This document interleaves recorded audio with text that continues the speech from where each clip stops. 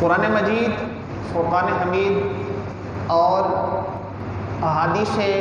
طیبہ میں رزق حلال کمانے اور رزق حرام سے بچنے کے حوالے سے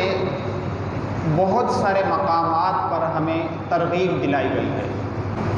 اور بزرگان دین کے فرامین، بزرگان دین کا عمل بھی ہماری یہ رہنمائی کرتا ہے کہ ہر مسلمان رزق حلال کمائے اور رزق حرام سے جو ہے بچے۔ احادیث طیبہ کے اندر سرکار صلی اللہ تعالیٰ علیہ وآلہ وسلم کے بے شمار فرامین ملتے ہیں۔ ایک حدیث پاک کے اندر سرکار صلی اللہ علیہ وسلم نے ارشاد فرمایا، جس نے 40 دن تک حلال کھایا اللہ پاک اس کے دل کو منور فرما دے گا اور اس کی زبان پر حکمت کے چشمے جاری فرما دے گا اور دنیا میں اس کی رہنمائی فرمائے گا۔ ایک اور حدیث پاک کے اندر اللہ کے حبیب صلی اللہ علیہ وسلم نے ارشاد فرمایا، جس شخص نے حلال کمایا پھر اسے خود کھایا، اس کمائی سے لباس پہنا اور اپنے علاوہ اللہ پاک کی دیگر مخلوق کو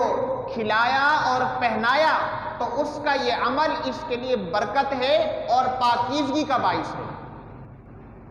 حدیث پاک کے اندر آتا ہے کہ ایک روز صحابہ کرام علیہم رضوان تشریف فرما تھے کہ اتنے میں ایک نوجوان جو ہے قریب سے گزرا، تو صحابہ کرام علیہم رضوان نے ایک طاقتور اور مضبوط جسم والے نوجوان کو دیکھا تو کہا، کاش اس کی جوانی اور طاقت اللہ پاک کی راہ میں خرچ ہوتی۔ اس پر اللہ کے حبیب صلی اللہ علیہ وسلم نے ارشاد فرمایا، اگر یہ شخص اپنے چھوٹے بچوں کے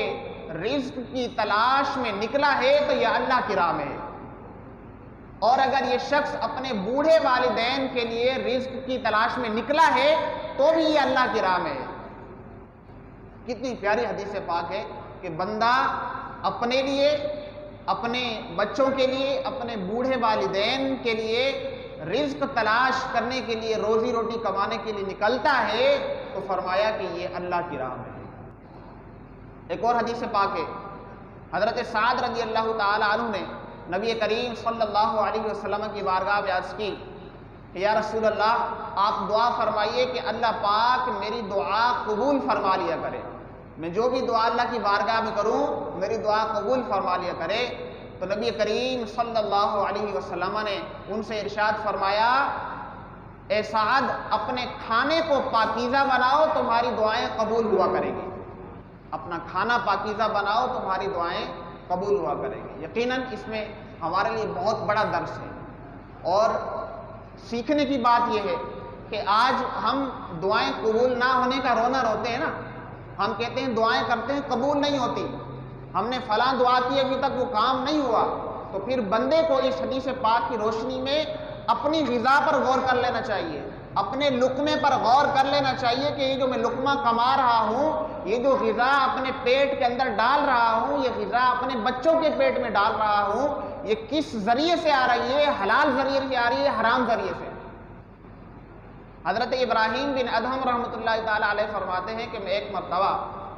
رزق حلال کمانے کے لیے طرطوس نامی شہر کی طرف روانہ ہوا۔ جب وہاں پہنچا تو ایک شخص مجھے ملا اور مجھ سے کہنے لگا کہ مجھے اپنے انگوروں کے باغ کے لیے ایک مزدور کی ضرورت ہے جو اس باغ کی دیکھ بھال کرے، اگر تم میرے باغ میں کام کرنا چاہو تو میرے ساتھ چل لو۔ حضرت ابراہیم بن ادہم رحمۃ اللہ تعالیٰ علیہ بہت بڑے بزرگ گزرے، یہ کہتے ہیں کہ میں ان کے ساتھ چلا گیا کام کرنے کے لیے۔ ایک عرصے تک جو ہے اس کے انگور کے باغ میں کام کرتا رہا۔ ایک دن وہ شخص جو ہے وہ اپنے کچھ دوست احباب کے ساتھ باغ کے اندر آیا اور ایک درخت کے سائے میں بیٹھا اور کہا کہ ہمارے لیے کچھ میٹھے انگور لے کے آؤ۔ حضرت ابراہیم بن ادہم رحمۃ اللہ تعالیٰ علیہ انگور توڑ کے لائے اور ان کو ان کے سامنے رکھ دیے۔ تو اس شخص نے، باغ کے مالک نے انگور کا ایک دانہ لیا، کھایا تو وہ بے حد کھٹا۔ حضرت ابراہیم بن ادہم کو بلایا، کہا کہ تمہیں اتنا عرصہ ہو گیا ہے